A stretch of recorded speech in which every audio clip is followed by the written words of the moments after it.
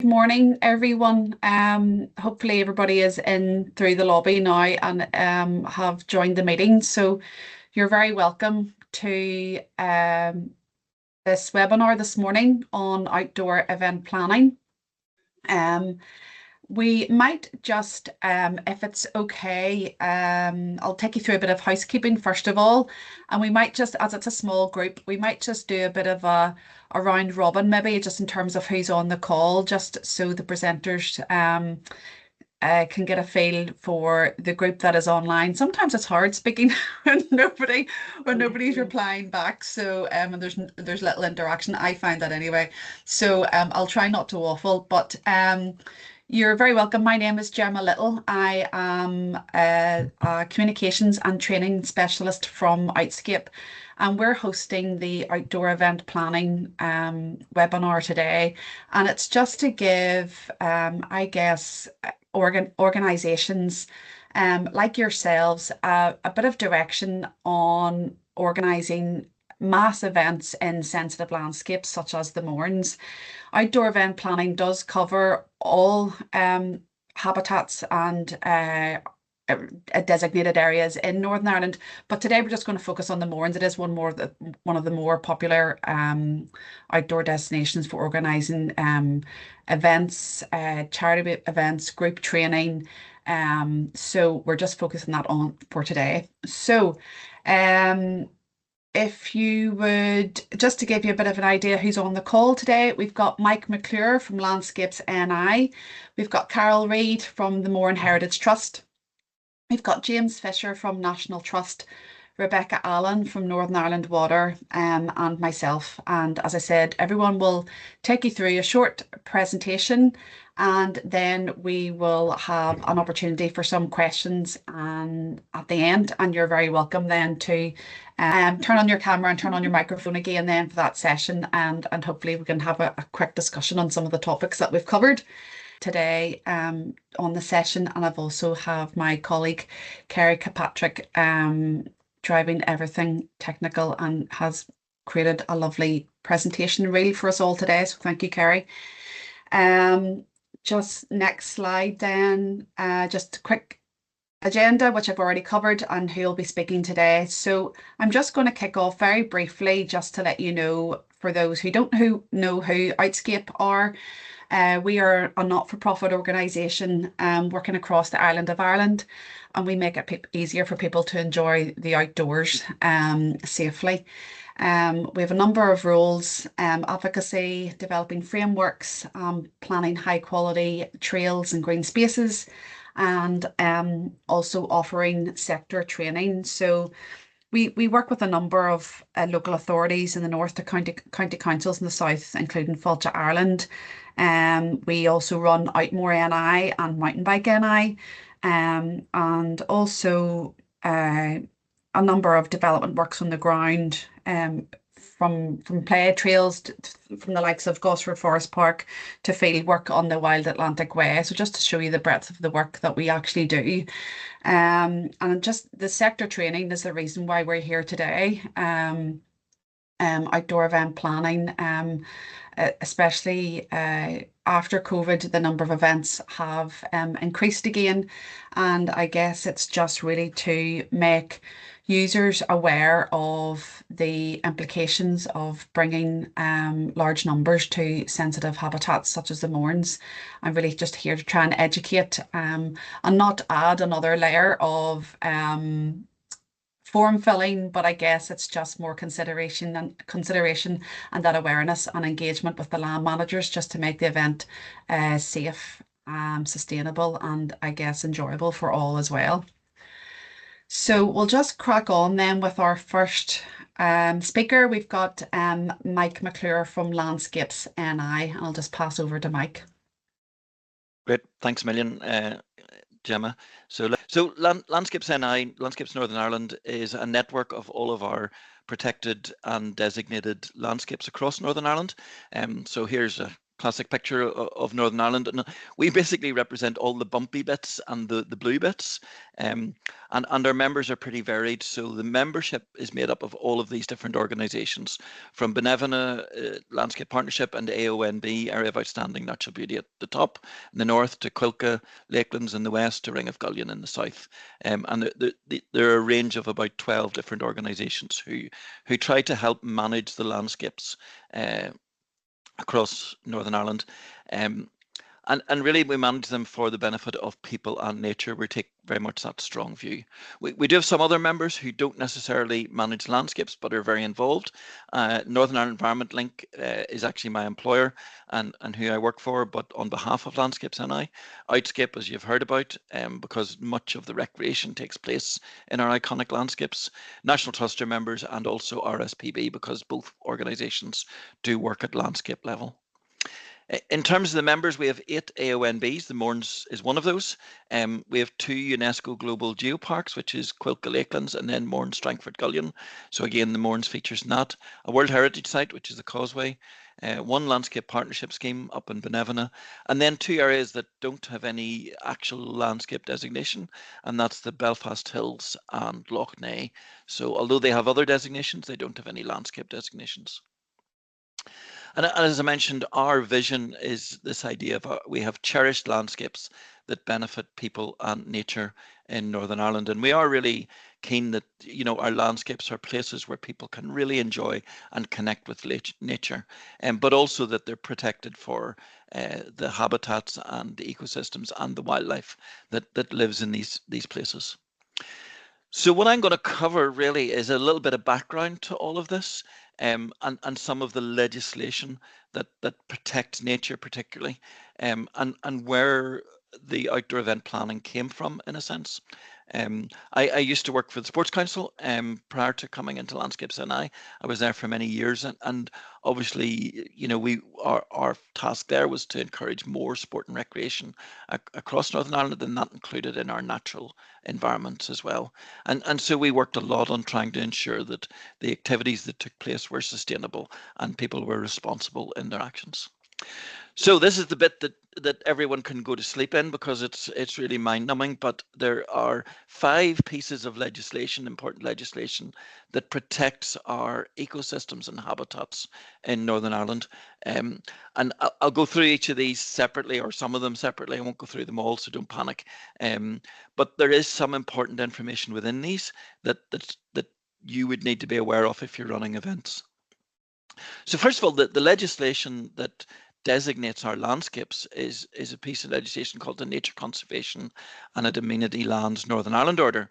And within that legislation, the department can designate an area for 4 key purposes. One is conserving and enhancing natural beauty or amenities.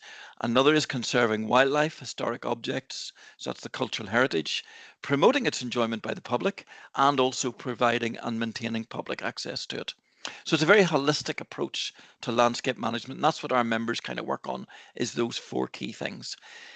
Interestingly, we did a survey of stakeholders last year, and by a long way, the stakeholders were saying the most important element of that is conserving the wildlife and the natural beauty of the area. Promoting enjoyment and maintaining public access are important, and they acknowledge that, but by a long way, the stakeholders, there were 260 stakeholders responded, said we really need to conserve our wildlife and the natural beauty. And I guess that's become much more challenging in the last number of years. So some of you who know me will know that I'm quite obsessed by the whole issue of climate change and the state of our global climate. We're seeing significant changes in weather patterns as a result of climate change. So we're having more significant storm effects. So Storm Eoin was a classic example of that, but it wasn't alone. There was Storm Darren just before it, and last winter in 2023-24, we had 11 named storms across Northern Ireland. That was really quite unique. So there are changes that are impacting on our landscapes that are quite significant. And we've now, in 2023, we've crossed the threshold of being 1.5 degrees above the the pre-industrial sort of averages. So there are significant changes to our climate, and then that impacts on our weather patterns. But the other thing that I find shocking is the biodiversity loss. So across the globe, we've had a 73% decrease in biodiversity in my lifetime. I was born in 1965, so I'm just 60 years old. And in that time, we've had a 73% decrease in global biodiversity. And that's the same in Northern Ireland. We have significantly lost biodiversity in Northern Ireland. So we're sitting with a situation where climate is changing, weather patterns are changing, and we're losing biodiversity at a shocking rate. And biodiversity is essential for life. These two things are interconnected. Biodiversity is carbon on the ground and in the sea, as opposed to carbon in the atmosphere. So it is really important. So in terms of events, what impact do they have? And I'm sure some of the other speakers will touch on this, so I'll just touch on it briefly. But there are a number of studies that have happened across the globe and across Europe that show that events can have negative impacts on ecosystems. It's not saying that they do have, because some are run really well in robust habitats, but they can have significant impacts. And the biggest one is probably on soil compaction and erosion. So this isn't actually necessarily from events. This is cumulative impact, but the picture you're seeing there is Douane Mountain. I mean, Douane Mountain crosses some significant deep peat, the route to Douane Mountain, significant deep peat, which is really important for carbon sequestration on our planet. And I mean, there's been massive erosion to Douane. Douane has become one of those places where everybody wants to go to now. It's a relatively easy hill to climb. It's right in the center of the Mournes. And it's become a really popular destination, but it is entirely unsustainable for large numbers of people to access that mountain because of the erosional impacts that it's causing. So these are some of the challenges. But other issues that we have seen are littering, not always intentional, and sometimes it's littering with biodegradable materials, which actually have huge impacts in our mountain environments. Human waste is a significant problem. Vegetation damage, obviously wildlife disturbance, and I know someone later on is going to talk about particularly the issue of dogs off leads. Water quality degradation, and also community disruption, where there's parking issues and that sort of thing. So we know that they can have negative impacts, but if managed well, those impacts can be mitigated. And that's what we're really interested in through this project, is how we can manage them well. In terms of the law, there's some interesting pieces of regulation that sit under the Conservation Natural Habitat regulations. Now, those regulations were created as a result of European law.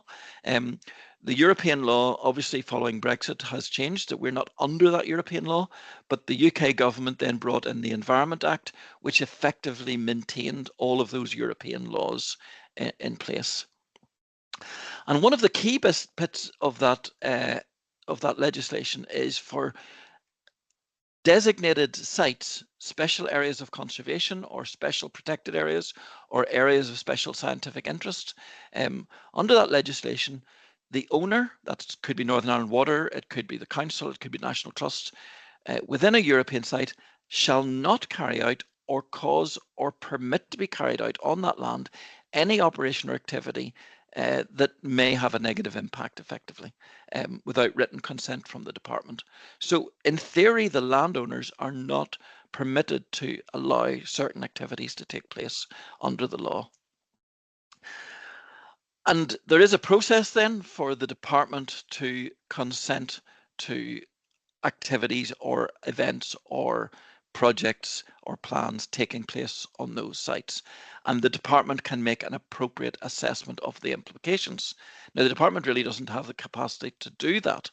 So fundamentally, what happens is that on highly designated sites, any activities which may cause damage need to have consent, and that should be undertaken through what's known as a habitats regulation assessment. In other words, a full ecological survey, which is likely to cost thousands of pounds, depending on the scale. However, the good news is that through this outdoor event planning process, we have mitigated the need to do that ecological assessment. But if you don't follow that process, in theory, there should be a full ecological assessment of the impacts of your event or your activity. But as I said, we have managed to mitigate that through this process. So I'm not going to go into any more details than that.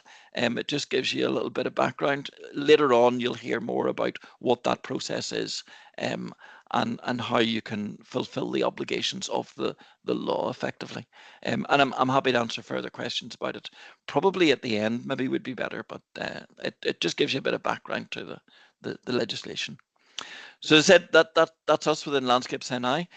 We do want to see enriched landscapes, and we want to see enriched lives. We want people out enjoying our landscapes, and we want them to do so sustainably and responsibly. Thanks. Great, Mike. Thank you. Really interesting there just to see where it all stems from. And you didn't labour the law. The law was very interesting. Yes, that was great. So thank you very much. It's fully understandable. So yes, and then as you said, the good news is we don't need to embark on an HRA, that we can actually save ourselves a lot of money because we have done all the hard work for event organisers and come up with the outdoor event planning easy form and toolkit as well. So hopefully we'll come on to that towards the end. So next we have Carol. Is that? Hi folks, pleasure to be here today. My name's Carol. I am here on behalf of Mourne Heritage Trust, where I have been in the capacity of an engagement ranger for the past 3 years. And prior to that, I did some path work in the Mourne, so actually laying down stone and doing some landscaping of this area that we cherish. So I'll share my screen now. So yes, Mourne Heritage Trust. We have a mission statement, as all organisations do, and I've highlighted the words sustain and enhance and visitor opportunities. The reason being that, as Mike referred to, there's an abundance of options, activities and requirements that organisations like Mourne Heritage Trust and the other 12 that are within Landscapes NI do on any given day, and try to deliver in conjunction with each other. So whilst I want to focus on visitor opportunities today, and specifically charity and challenge events, I think we have to consider as well that wider context that Mike has just taken us through. So I was wondering what sort of image is in people's mind whenever they sign up to do a challenge event in the outdoors. I think the motivations are often emotional, deep-rooted in personal association with the charity that they're wanting to support, and that's brilliant. I think as well that people have an image of, oh, it's great, we'll go out and we'll climb a mountain, and that's going to be a summit, and it'll be an achievement, it'll be a signal of having survived, having got and attained a certain goal in life, whether that's metaphorical or, you know, an actual tangible incidence on a day. All too often I find that people look at this area of outstanding natural beauty that Mourne Heritage Trust looks after, and they think only of the Mournes in the context of them being mountains.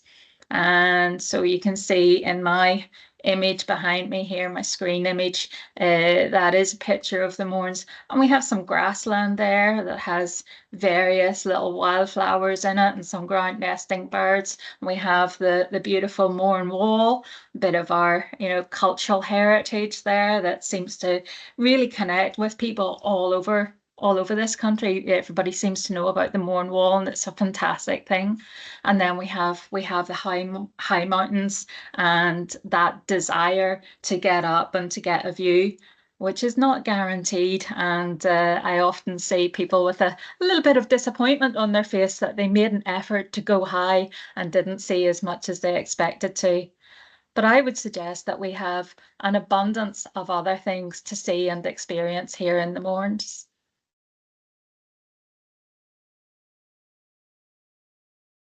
So here we have an overview of the priority habitats in an area that extends across the area of outstanding natural beauty that goes from the Dramara Hills right down to Carlingford Loch. And in that area of abundance and habitats, we have carnivorous woodlands, we have lovely ancient deciduous woodlands, we have dry heath, wet heath, bogs, we have bogs that are blanket bogs of significance, like Mike referenced in the picture of Doan there previously.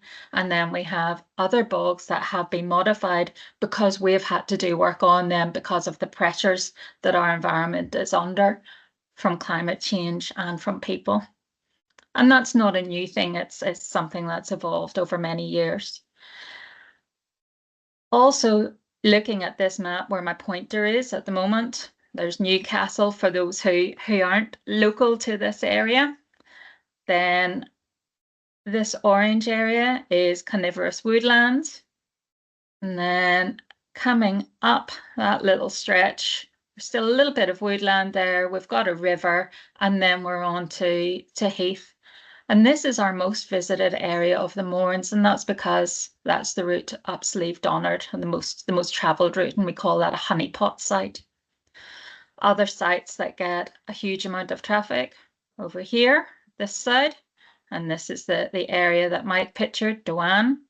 And then we have Silent Valley, huge number of visitors there. And here, our third highest mountain, Binion, and the Annalong Valley. So these are all very, very heavily used sites. And there's a multitude of owners. So if you're walking from Newcastle, you're walking maybe along council land, then you're walking perhaps through land that's privately owned and leased by the Forestry Commission, and then you get on to land that's owned by the National Trust. And at no point in time do you, as a person on an event, really be aware that you're on different landowners' land. And so this is one of the complexities that comes into the event planning process, and something that we're trying to address through this webinar.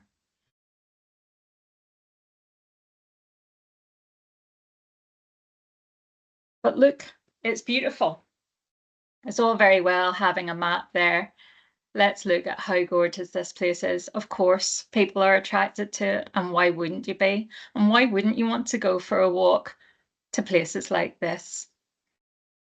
Now, our mission statement says that we're here for the well-being of Mourne's communities. And that statement refers to our rural populations. And I'm really interested, Alison, you were talking about events in your locality. And certainly I think it's really important, the pressure that we as visitors to any of our natural landscapes put on the local towns and villages that have to continue with their livelihood, irrespective of whether we're here or not.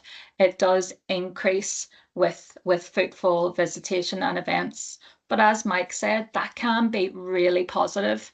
And so I would always ask that if you're planning an event, to consider the potential positive outcomes on those local communities, be that from making good decisions about finding parking places, right through to maybe say working with a local cafe as the respite and welfare stop after an event for a post-event debrief.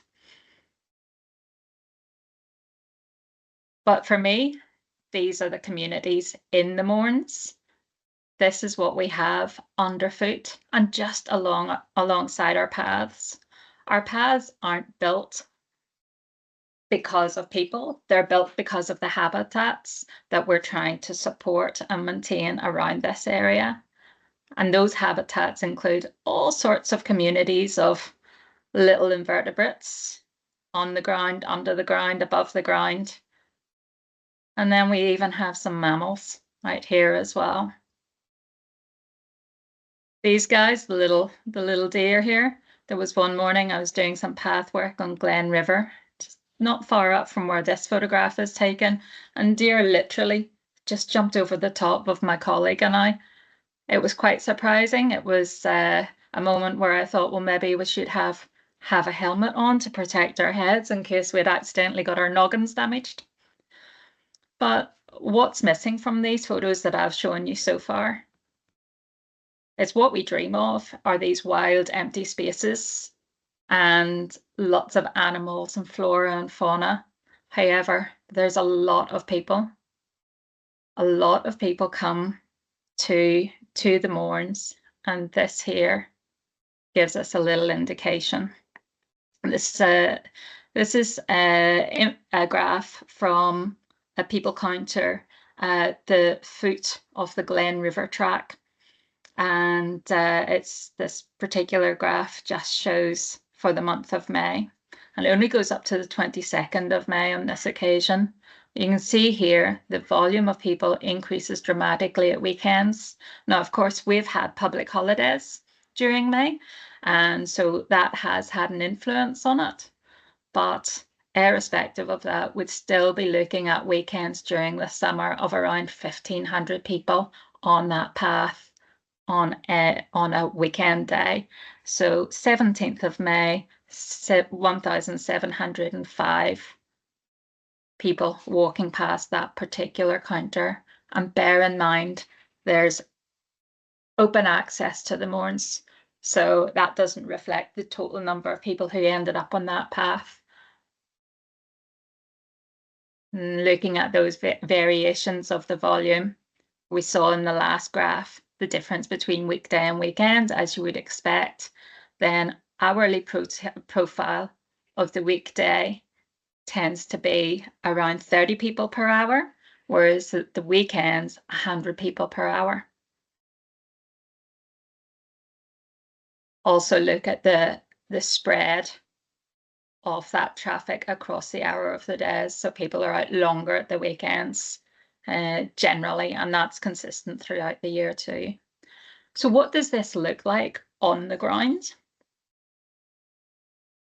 Photograph on the left-hand side is it's an image of the path that goes up along the side of the Glen River. So imagine between 1,000 and 2,000 people going up, coming down that of a day, and imagine it wet.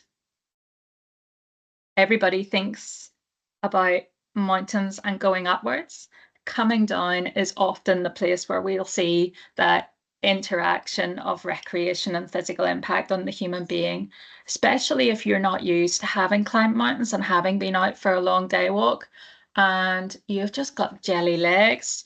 You've achieved this great thing of getting up and achieving the goal of seeing the top of Northern Ireland on Slieve Donard.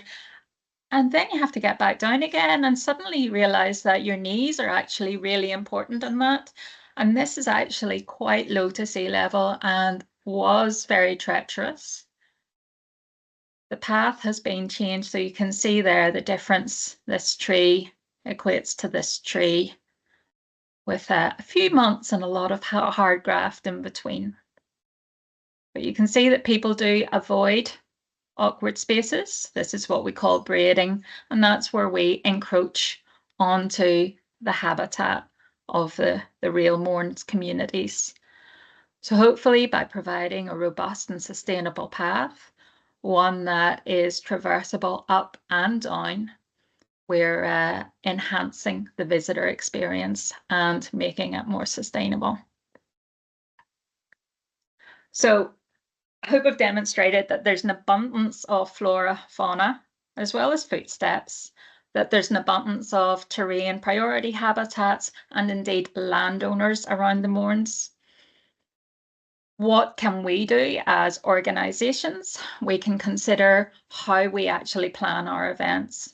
Do we need to go to the Mournes whenever everybody else is going to the Mournes? So can we choose a time of day that maybe will mean that we're impinging less on the competition for car parking, for example, and the competition indeed to actually walk these relatively narrow but sustainable corridors without, overpowering other people who are also present in that environment. Does a challenge need to be a summit? I've seen a really pleasing change with some organisations moving towards doing longer distance walks and having a number of options. I think that's a really positive thing, that we don't necessarily need to think about how. We can also think about other ways to encourage people to enjoy the outdoors and not necessarily focus all of our attention in one place. So thinking about that congestion. Welfare is a big, big issue. Now, of course, coming from the perspective that I do, my welfare concern is for the protected area, is for the wildlife. However, right from the beginning of my experience as an engagement ranger, I saw people who were struggling, as I said before, with that downhill, that descent. And so I think we can do more to support and ensure that we have adequate preparations in place, be it knowing that there are survival shelters available, that you can maybe collect those from a landscape organisation or some other organisations that might be willing to lend a survival shelter and provide a bit more information about the landscape that we're in.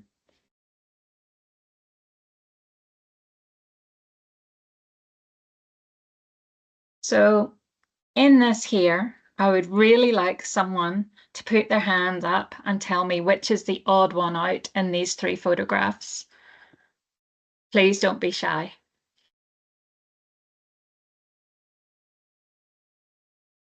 So just to elaborate, we have a bunch of pistachio shells in the shape of a T. We have a banana skin and we have a toothpick. Becca, can I pick on you? Oh, no, Alison. I'm guessing the toothpick because it's Yes. plastic and not biodegradable. Absolutely. 100%. And, we could look at that, Alison, and say, well, that's the one that shouldn't be in that environment. It certainly is, on the basis of what you have said, it certainly is the odd one out.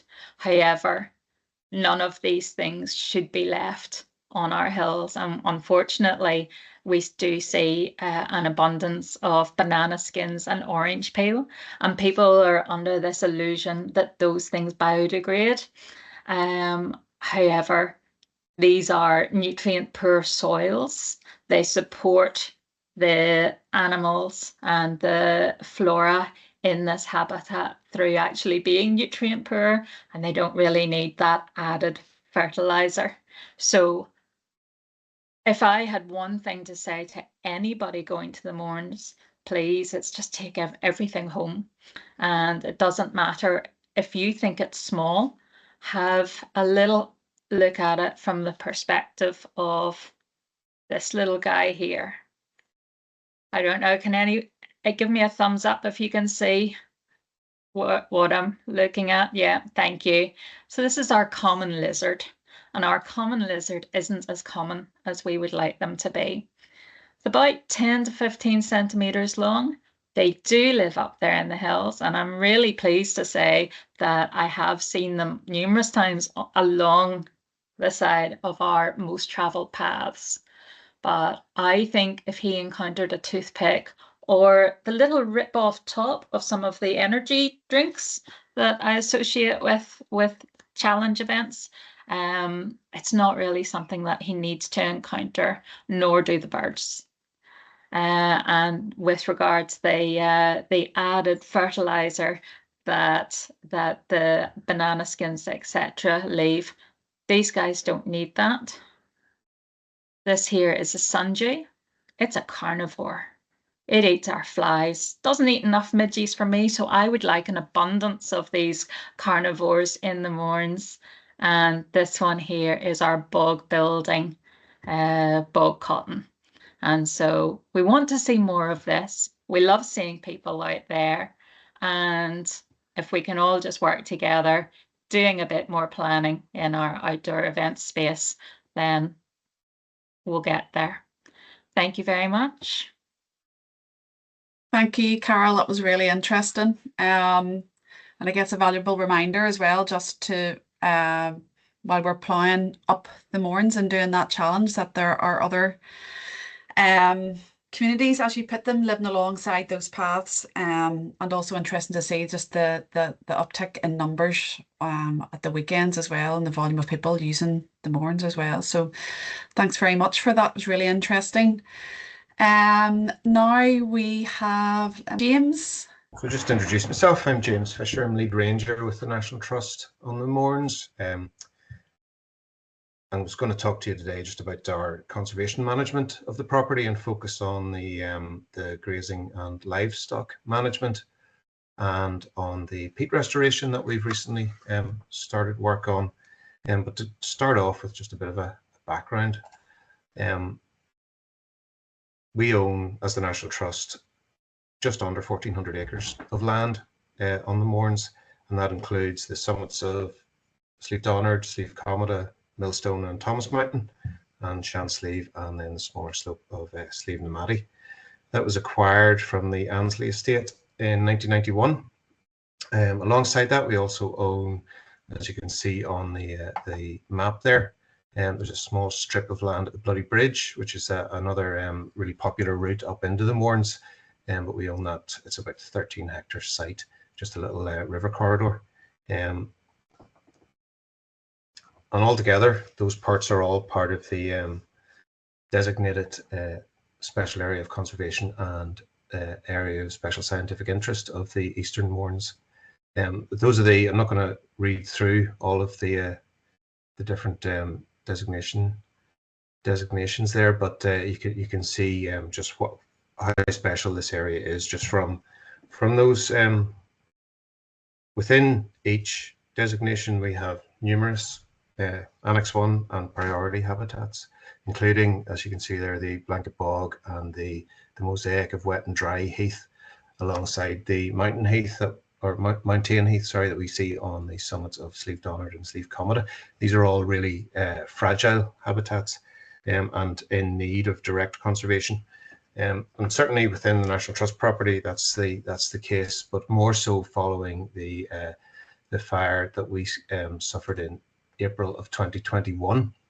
I've shown here the extent of the fire then. Unfortunately, while that was unprecedented, the scale of that fire was unprecedented at the time. Unfortunately, it's been superseded in more recent years with a much bigger and more damaging fire.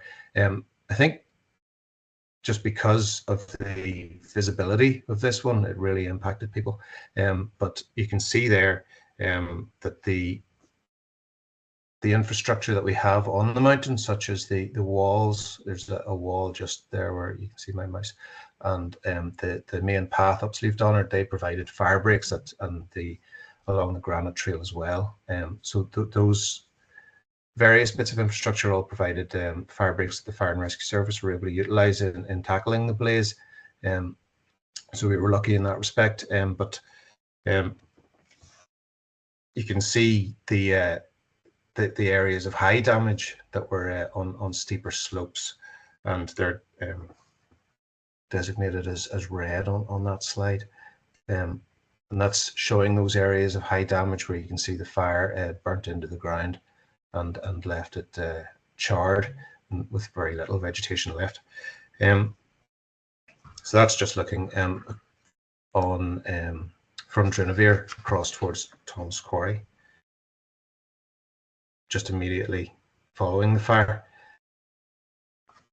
We undertook a series of monitoring, but it started with this fixed point photography. So you can see the two photographs side by side there. There was a few months. One was taken just a couple of weeks after the fire, and then one a few months apart just following that.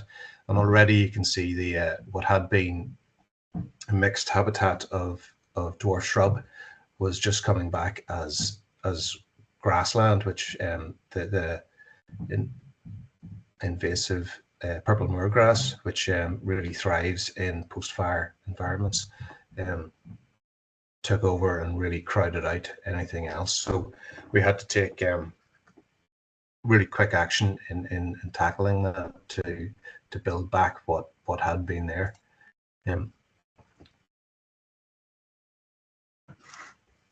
Our ranger team have since the fire have now collected 3 years worth of data. This indicates the National Plant Monitoring Scheme plots that and the condition assessment plots across the National Trust site. You can see the outline of the fire there and each of the plots that were within that boundary. So I've just pulled out some of the data there. I haven't gone into too much depth, but I'll just show some of the data there that shows the impact since 2021. So we've got the dwarf shrub cover percentage. The initial survey was done in 2016. We're then assuming that during the fire, the percentage of cover was reduced to 0, and we're building back from that point. So you can see in sort of fits and starts, we're slowly getting back towards the 53% that of dwarf shrub cover that we initially recorded. As of last year, we're at about 40% for dwarf shrub cover, and it's the dwarf shrub that really makes up the designated habitat, that makes up the mosaic of wet and dry heath. It's the heathers and the western gorse, and among other things. But looking at the grass cover of those barren areas, the main have included all the grass, but also then the purple moorgrass or Molinia, which is the really invasive species that took off following the fire. Now, while purple moorgrass is a constituent part of the grassland and is expected to be there, it's just the quantity that it was, it really did swamp out everything else that was growing there.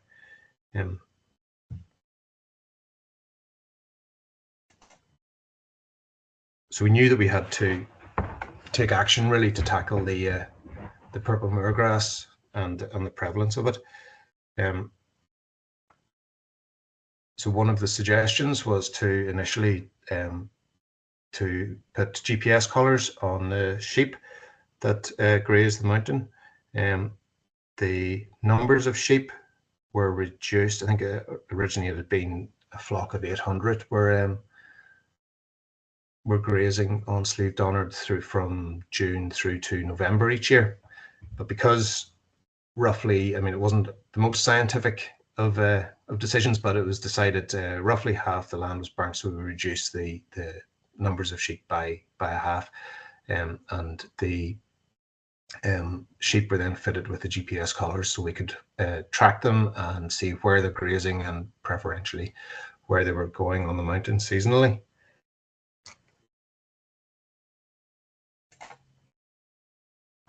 We can see the heat map here showing that was from June 2022, showing the distribution of the distribution pattern of the grazing sheep, and we can see that really they were avoiding areas where the Molinia or the purple moorgrass was most prevalent, and they were instead focusing on areas that were predominantly heather.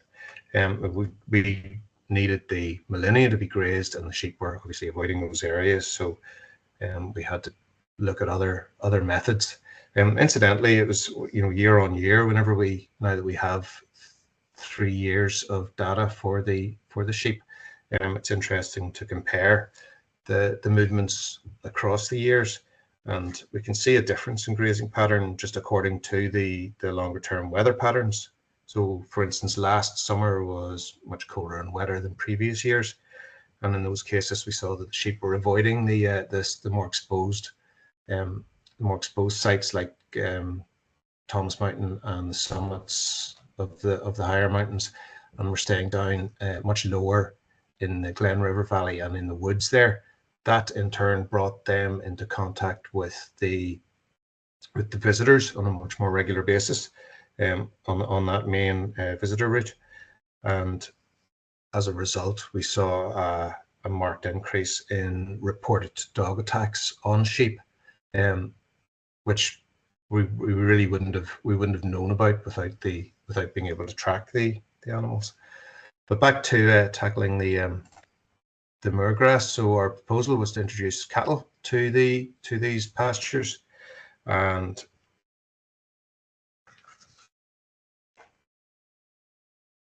in doing so, then we designated. You can see here the areas of rank purple moorgrass, which we brought the cattle on throughout the summer months to graze down. All of those areas were surveyed prior to grazing so that we could measure the impact that the cattle grazing would have, and we took the fixed point photography as well across the whole site. There's 37 plots in total that we record on a regular basis as the cattle move across the site, just to give us a real understanding of the impacts that the not just the cattle but the mixed grazing of cattle and sheep will have. As you can see, the area, while it's adjacent to the main visitor access route, it's quite a quiet area in terms of visitors, and the river separates the grazing pastures from the main path, so it's really limited the interactions between cattle and members of the public. So to talk then just briefly about the grazing impacts on the grass, you can see there's the visible impacts really quickly were observed, where the grass had been browsed down, which had been avoided by the sheep. But we also then saw the large stands of bracken, which the cattle were preferentially lying in during the hotter weather, were trampled, so that sort of helped control that. And then looking at the various different pastures, we can see the pre and post grazing results. So we're seeing the benefits in real time as we measure the grazing impacts, where we're reducing the amount of grass and increasing the dwarf shrub cover in those areas. So we can show the real benefits of the cattle grazing as opposed to just having sheep on the mountain. So to give a bit of an overview of the project to date, we've developed a good working relationship with our tenant farmer, and indeed working with our other partners within the Forever Mournes group, as Carol was speaking about. We've also demonstrated the viability of cattle grazing as an option, and established a monitoring program to go forward from. We also established grazing exclosures across our property in the Mournes. So it's small sites that are fenced off from grazing animals, just to measure the recovery of those habitats in the absence of grazing. And it's interesting, while we don't see much at the minute because it's only we're in our third year now of that, there hasn't been a huge change, but I would imagine over the course of 10 years or so we'll see real differences coming through there. So building then further resilience across the landscape, it's not just about grazing, that's just one part of the puzzle really. We also are looking at the peat restoration and using that as a tool in building a strategic landscape really, to make it more resilient to the spread of fire in the future.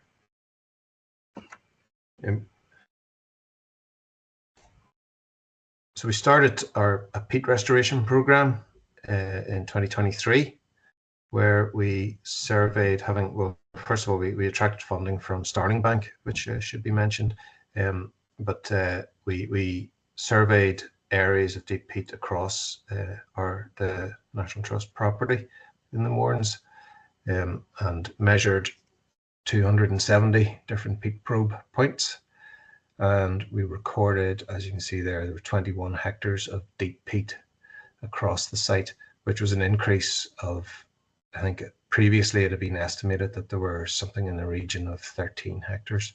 So it was quite a marked increase. I think previously there hadn't been, it had just been, there'd been no ground truthing in terms of the deep peat. It hadn't actively been measured. It was all just done as an estimate.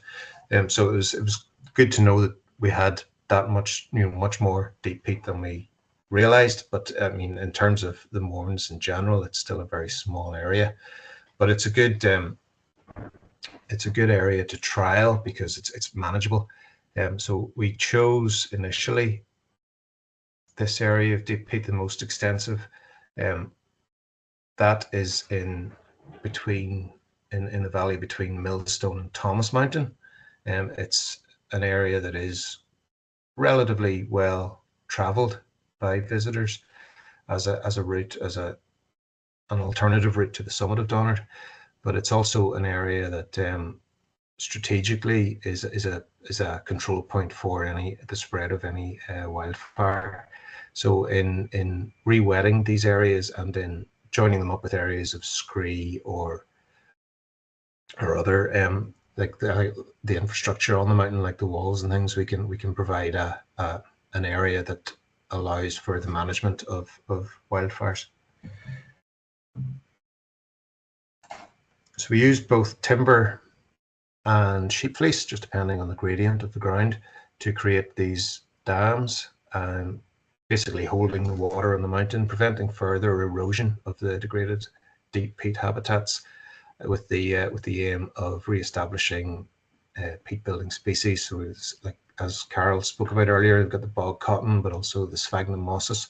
So if we can encourage the regrowth of those in these areas and turn these areas into not just about holding water back and creating a wetter habitat, but also carbon sink and peat building habitat.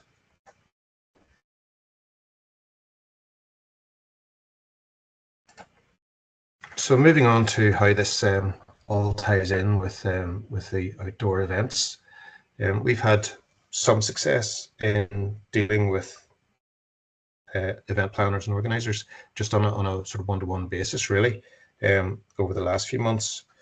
I've shown the examples here. These are Newcastle Athletic Club events. There's both the Millstone race, which was run, I think it was part of the Hill and Dale series. It was run last Thursday evening, and we have the upcoming Slieve Donard race.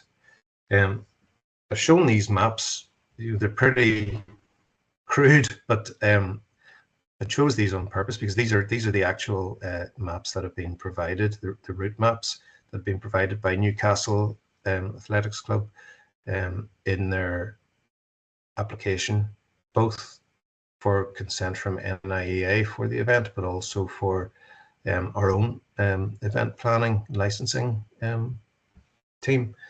You can see that they're not very accurate, to say the least. So you can see the trouble that we would have in trying to control the route, or the route that competitors take, especially once they're off the formal paths of the mountain. You can see here where I've overlaid then the map of the intensity of the burn, that some of the routes go through some of the areas that were more deeply impacted or the most heavily impacted. So these areas are they're still in recovery, and to have these large groups of people channeled straight through really is of concern.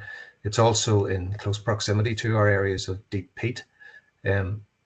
So it was really good then to be able to engage with the Newcastle Running Club or Newcastle Athletics Club in this, and we can raise our concerns, and the competitors then can all be instructed to on the route, but also to avoid the critical areas, and that can be written in as a condition of the license. Unfortunately, that experience hasn't been universal in dealing with event organisers. I found some of the organisations to be much more dismissive of the idea of controlling the route. One of the examples was Nimra's Granite Peaks Ultra Challenge, which was run just over the weekend there. While I'd initially tried to engage with Nimra, I think they stepped back from engagement and decided, rather than engaging with us, they would just run the event off National Trust land. Unfortunately, that means that the route, which took in the summit of Slieve Donard, went straight down towards the saddle on the south side of the Mourne wall. So it's not on National Trust property, but it is on a very fragile and heavily eroded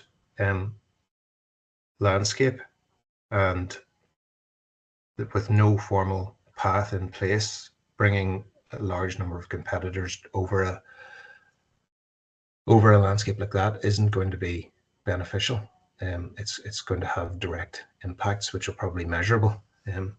So that's where we are at the minute, and thanks for your time. I'm happy to take any questions on any of that.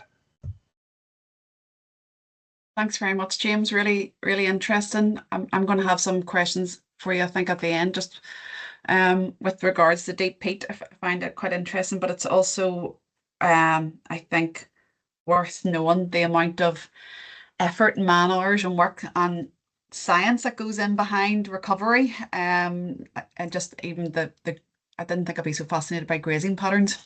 So thanks for sharing that. And also an important message as well with regards, I guess, working with the land manager, the landowner, to give some notice and consult with them with regards events, so that it'll hopefully be a safer and more sustainable event for both if that consultation and that dialogue happens. So hopefully we'll get to that when we cover the events form as well. So any questions, or maybe just hold them off to the end. I'm going to let Becca present, if that's okay. Becca, I think you're next, and Yep. Then I'll run very quickly through the outdoor event planning resources after you, Becca, if that's okay, if you're happy Great. to share your screen. Yeah, no bother. Okay.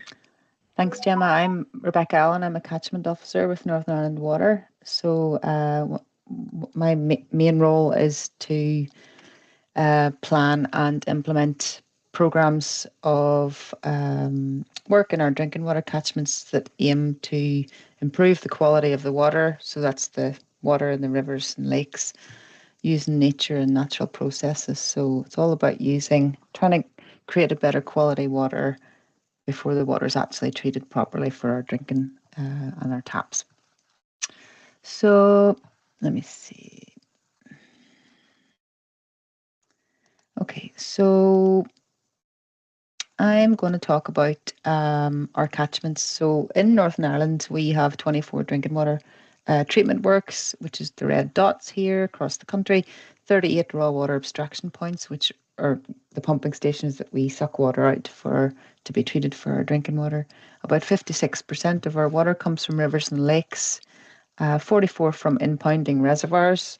So rivers, lakes are natural bodies, and then impounding reservoirs would be the likes of the Silent Valley or somewhere with a big dam. So it's impounding the water, sort of. We've built that thing to impound the water. And then we've got some bore wells as well on Rathlin Island and one in Moneymore. So we have 4 cross-border catchments as well. The total drinking water catchment area in Northern Ireland is over 1 million hectares. We own about 12,000 hectares of that. A lot of that is open to the general public. So our biggest land holding is in the Silent Valley and the Garran Plateau, which is up north on the north coast. It's the largest area of intact blanket bog in Northern Ireland. And in the Sperrins at Altnaheglish or Banagher, just up above Banagher, Glen, we own a huge amount of land up there as well. So all these areas are open to the general public, and they also provide drinking water. So we own in the Mournes in the Silent Valley. I call this area the Silent Valley. The Silent Valley is a reservoir, but also the area inside the wall is the Silent Valley as well. So we own about 36 square kilometres of land in the Mournes, much of the 15 summits, Silent Valley within the Mourne Wall, and the Ben Crom Reservoir within the Mourne Wall. And then over to the west, you've got Spelga Dam and Foffany Dam and Loch Island Reevy up above here as well. They all provide water from the Mourne. So the valley produces about 150 megalitres of water. So that's 150 million litres of water per day through the treatment works for 270,000 people. So here's the 2 dams, Silent Valley, the big dam, and then Ben Crom up above it is the iconic, lovely dam wall that you can see when you're visiting. It was originally closed off, this area, by the Mourne Wall to keep sheep out. Whenever the water wasn't treated, it was just taken from the dams and put into people's taps. It was a long, long time ago. Sheep are now allowed inside, and visitors obviously allowed inside the wall as well, because we've got a great treatment works. So we've managed the area since 1922 in our various iterations, and with the help of a lot of different stakeholders. But over the last few years in particular, our collaborations with our neighbours, the Mourne Heritage Trust, the National Trust, and other folks has really increased significantly. And this shift has probably occurred for a number of reasons. So a devastating wildfire on Slieve Donard in 2021, as James was saying, but unfortunately within the last 6-7 weeks there's been another awful fire within the valley, which I'll touch on, but I'm not going to focus on. So we obviously need to work together, because fire doesn't care about walls or ownership boundaries. So we need to work together to prevent wildfires, and then, as James and his team's been working, we need to work together to develop the restoration plans. So there's a growing awareness within our we're a water company, obviously, but there's growing awareness that the Mournes is more than water, and it definitely is, of course. And then the visitor increase. There's been a significant visitor increase in the Mournes since 2019. And these, I'm going to go through some wee numbers now. These are old numbers, so these numbers have increased again. So we've had this in 2022. From the previous 3 years, there had been 180% increase at Carrick-Little, that's going up onto Binion. 285% visitor increase at Ott, which is where Mike was talking about, and I'm going to touch on, and 200% increase in visitors at the Trossie Track. So all those people are enjoying the Mournes, which is lovely, but it also has, they pay a price. The Mournes pays a price. So we also have a greater awareness as a company now of the natural capital and the carbon potentials within the Mournes, not just, to sell carbon units or whatever, but as an actual carbon sequestration sink, as people were talking about before. So as a water company, we're very conscious and present in protecting this and other land that we own, given the value it presents to us in terms of all the ecosystem services. So we've got all these different things that the Mournes in our areas provide, not just water. But one of the things we find really difficult to get across to the general public, you don't want to be patronising, but the area is not just the mountains.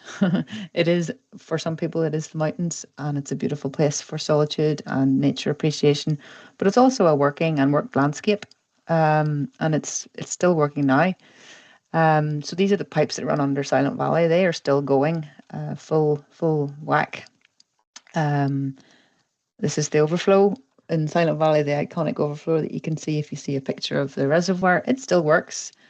And it provides livelihoods for our grazers, and it's a source of a fifth of Northern Ireland's drinking water from Lurgan to Portaferry. So it needs a lot of ongoing care and maintenance, and no one really likes rules, but there are some rules for a reason, coming onto our land and enjoying our land.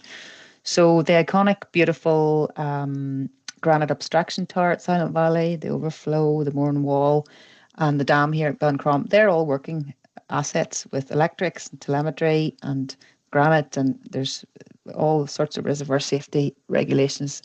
They are working bits of kit for us. So, and the habitat within the catchments produces clean water for us. So that needs to be protected, everything within it. So that's the beautiful Bencrom Dam. So as landowners, we have an obligation under the regulations that Mike had talked about to maintain and where appropriate improve these protected habitats and not allow degradation or things that would degrade the land, especially with regard to the SAC designations. So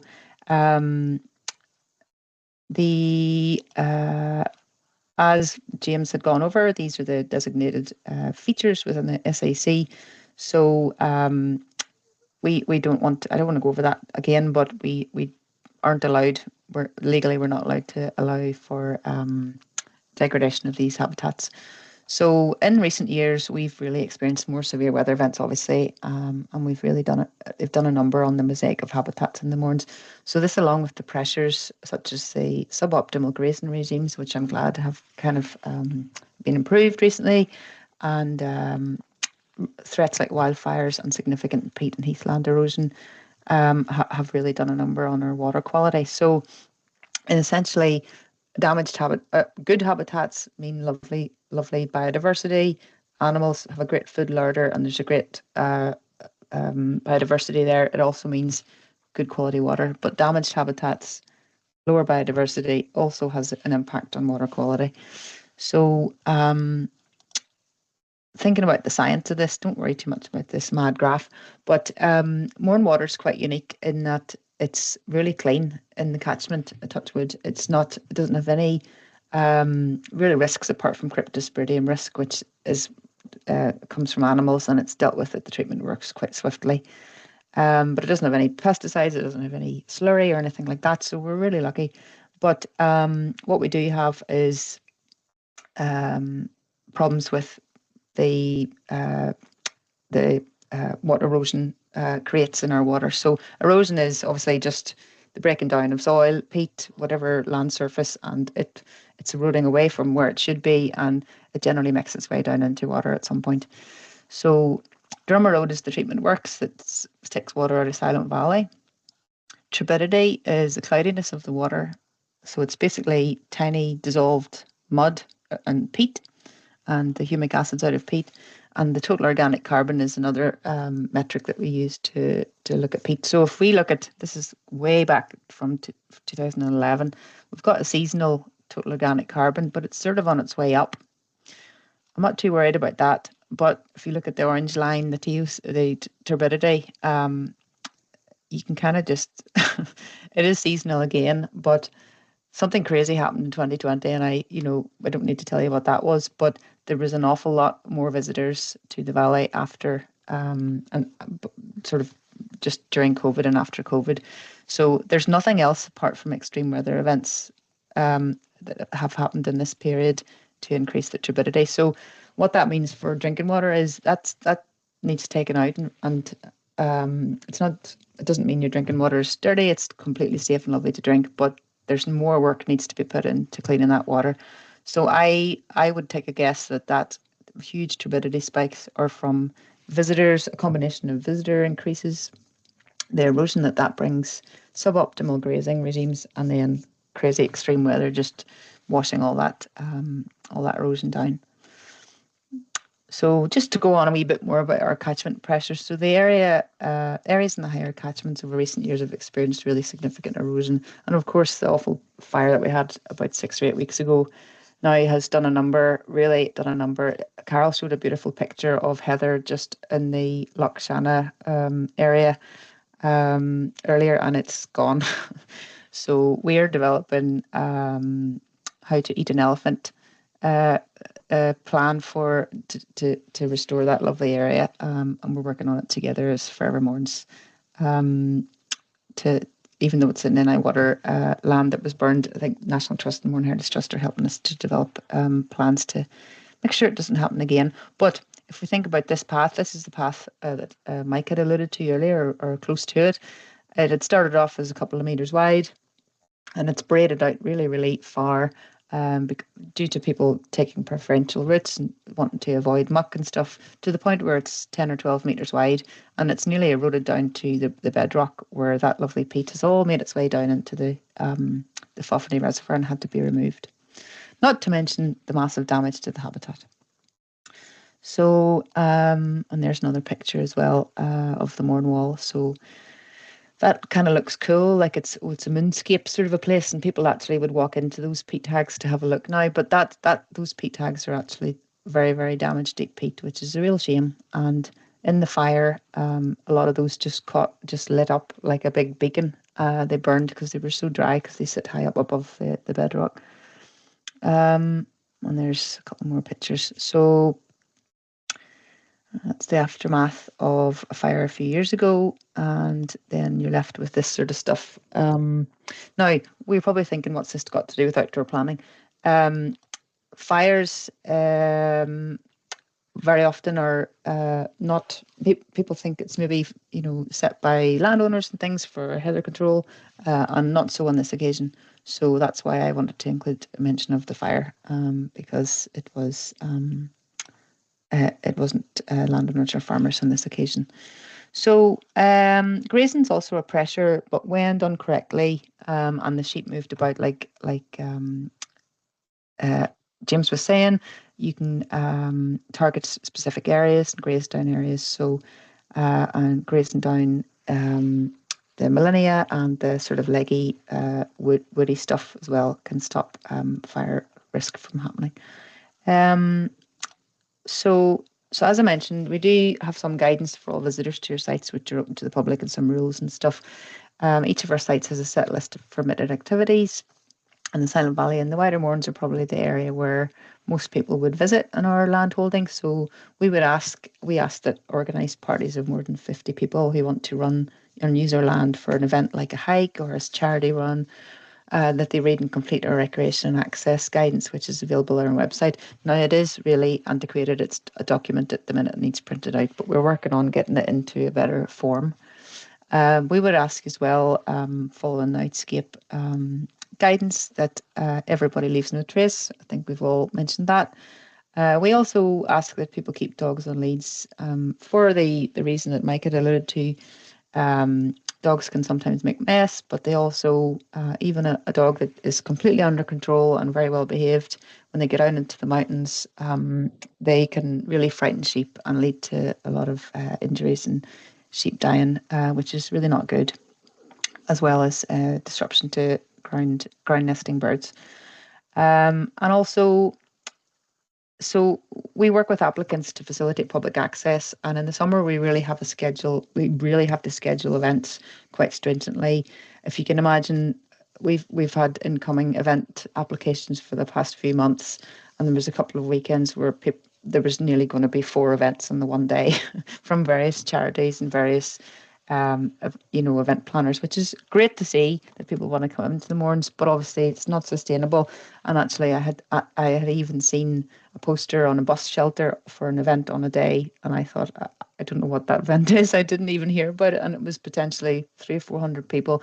So the importance just of even, it's not for me to be sort of keeping an eye on what's happening. It's just we need to know the pressure that's going to go on the land, especially in the aftermath of the big fire. As James said, we want to try and keep people enjoying the landscape, but away from the sensitive habitats. So we would just ask that people maybe sometimes step back and think the Silent Valley is a beautiful place to go. It's a great place accessible place for activities and events, but it's also a living and working landscape, not just a lovely day out. Thank you. Great, Becca. Thanks so much. It was really interesting. And also, as Sorry, she I'm just said, trying to stop sharing. you're okay. It's not just a lovely landscape to look at. It's actually where our water comes from, you know. It is, yeah. Yeah, so and really interesting just to hear about the different things that impact the water quality. And so that footfall, erosion, and also just when you were mentioning there about the event that you didn't know was happening, I'm also just thinking visitor safety, risk assessment, where people's, like Carol alluded to it and Mike as well, the environment on local communities and both above the ground and under the ground, but also where they're parking, where, you know, just visitor safety. I know, and toilets, just litter, just all those basic things. And as someone who does risk assessments for events and training that we organise, you know, just visitor safety, just in terms of managing and keeping people safe. So thank you very much. I'm going to speak very briefly. Now that we have all that background knowledge and information and setting the scene in the context of why we're doing this, Outdoor Event Plan has hopefully consolidated that information and put it in a very usable format for those who are organising large scale events in the Mournes or any other designated area in Northern Ireland. So that could also cover the likes of Causeway Coast and Glens, amongst others, geoparks, and and it's just to make event organisers think and plan ahead and ultimately consult with the landowner or the land manager, just to find the best way forward, most sustainable. We're not in the business of creating a lot of paperwork for event organisers, but it's just for them to be a little bit more mindful in terms of how they go about planning their event. So training for the sector is why we are here today. Outscape run an annual training calendar of events, hosting a mix of online webinars to in-person training on site-specific topics. The training events reflect relevant topics and themes which are applicable to the outdoor recreation sector. For example, our most recent in-person event was a free workshop at Gosford Forest Park on the process and learnings of developing a formal natural play site and trails. Feel free to contact Kerry or myself if you would like any further information on our training events. However, today we are here to discuss outdoor event planning and the importance of good practice when organising events in designated and protected areas. This not only reduces any negative impacts on the environment, but also helps event organisers and land managers work together to ensure the long-term sustainability of these sites. So what is outdoor event planning? It aims to promote and manage sustainable outdoor recreation events in designated areas within Northern Ireland, and this is done through the tools available, such as the Outdoor Event Planning Toolkit, which is held on the Outdoor Event Planning website. We also host a number of seminars, one-to-one meetings and forums. Outdoor event planning also works towards the creation of responsible and sustainable events through consideration of participant safety and also considering environmental, social and economic impacts and benefits to the local area. Finally, outdoor event planning encourages engagement with land managers, which will help the development of the event and also ensure mitigation. Resources can be found at outdooreventplanning.com, and on there you can find the event form, which is short, meets the HRA requirements as agreed with NIEA. It's a simple step-by-step process to help you easily identify the good practice you should follow when planning your event. It allows you to provide information to those involved with land management within the area that you're holding your event in order to highlight any special considerations or protection measures that will help when planning it. The toolkit outlines the event planning procedure, and the website is really simple and easy to navigate. As Mike mentioned, due to their European environmental designation, events held within the Mournes, Ring of Gullion or Strangford, Lough Lachale areas require additional consideration when planning an event and on the day itself. As I mentioned, the events form a simple, step-by-step process. You can simply download the event form and fill in the fields, and once it's completed, you can email the form along with any route maps or other relevant information to info@outdooreventplanning.com. For all events, whether in designated areas or elsewhere in Northern Ireland's natural environment, completing the event form will assist in the development of your event management plan. Remember to follow the good practice guidelines outlined in the toolkit when planning your event. I'm just going to take you through a couple of the stages now, just to give you some examples of what you may want to consider. At stage 1, you'll want to think about the event proposal and sustainability statement. This sets out the foundations for your event and should be carried out before you commence any promotion. It's a good way for you to take a step back and think about what you hope to achieve from hosting your event. Stage 1 is when we encourage the creation of a development team if your event is large enough to warrant one. This team may consist of an outdoor event professional, such as an outdoor activity provider, so that they can provide experience, any insight to their established procedures, and maybe local contacts, allowing you to focus on the fundraising, participant numbers, and promotion. Your event proposal should consider a number of things here, and on the diagram I'm just going to take you through some of them. Why do you want to hold your event, and what are your goals? What is your rationale? Is it to fundraise? Is it for education, a private sector enterprise, or to increase participation? The who considers whom you wish to target. It'll also help you consider who you need to help run the event. Will they be paid? Are they volunteers, trained or skilled? Do you need stewards, and who are your service providers, for example, food, transport? What type of event will be key? The activity, is it a single activity across a short distance, a multi-activity across a longer distance? Will it be competitive, a challenge-only event? What will the event cost? Will there be a restoration cost? And can you consider a give-back scheme to help with that? Allowing you to consider what the environmental impacts are.